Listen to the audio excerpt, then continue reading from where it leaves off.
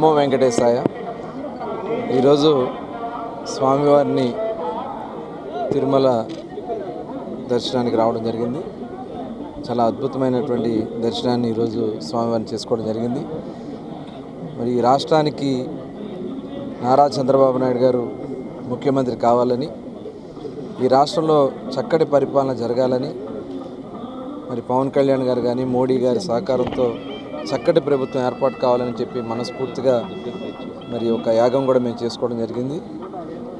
ఆ యాగం సంపూర్ణం జరిగింది. దానికి స్వామివారికి మరి ఆ రోజున మేము అనుకోవడం జరిగింది.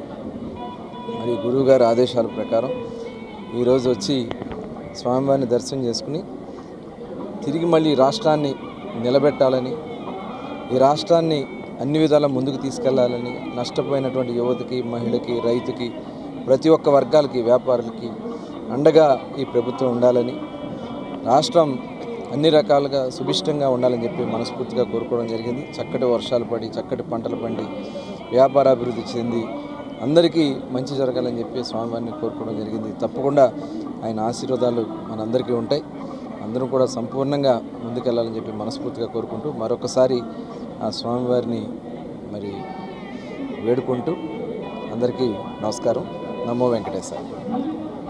ఈ రాష్ట్రం బాగుండాలి, ఈ రాష్ట్ర ప్రజలు బాగుండాలి,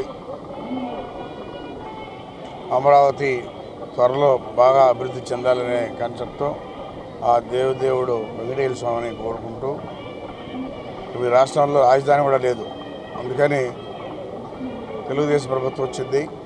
అతి త్వరలో రాజధాని నిర్మాణం, రాష్ట్ర అభివృద్ధి, పరిశ్రమలు అన్నీ కూడా ఈ రాష్ట్రం ఆగమేఘాలుగా పోవాలని చెప్పనేసి ఆ దేవదేవుని కోరుకుంటూ, వెంకటేశ్వర స్వామి అన్ని రకాలుగా మా ముఖ్యమంత్రికి ధైర్యాన్ని ఇస్తారని చెప్పని కూడా కోరుకుంటూ సెలవు. ఓం నమో వెంకటేశాయ నమః. తెలంగాణ రాష్ట్రంలో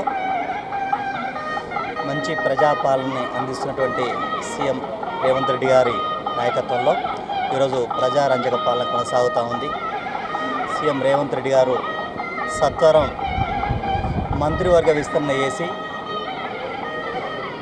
సమర్థవంతమైనటువంటి ప్రజానాయకుడు కోమటిరెడ్డి రాజగోపాల్ రెడ్డి గారిని మంత్రివర్గంలో తీసుకునేలా ఆశీర్వదించాలని కలియుగ దైవమైనటువంటి శ్రీ వెంకటేశ్వర స్వామిని వేడుకోవడం జరిగింది.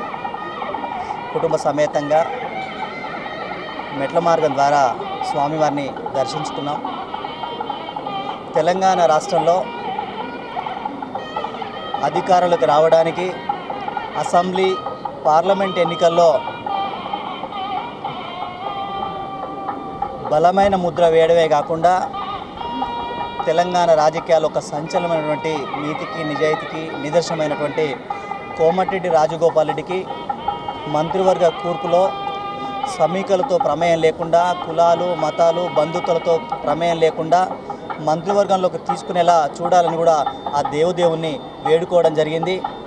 దీనివల్ల తెలంగాణ రాష్ట్రంలో మరో 10 ఏళ్ల పాటు కాంగ్రెస్ ప్రభుత్వం అధికారంలో ఉండే అవకాశం ఉంది, ఎలాంటి ఒడిదొడుకులు లేకుండా అనే విషయాన్ని కూడా ఈ సందర్భంగా దేవుని దగ్గర ప్రార్థించడం జరిగింది.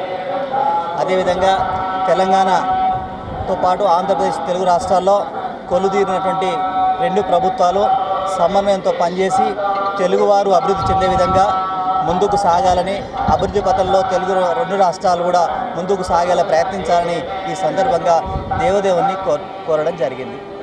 నమస్కారం. For more videos like this, subscribe Big TV channel.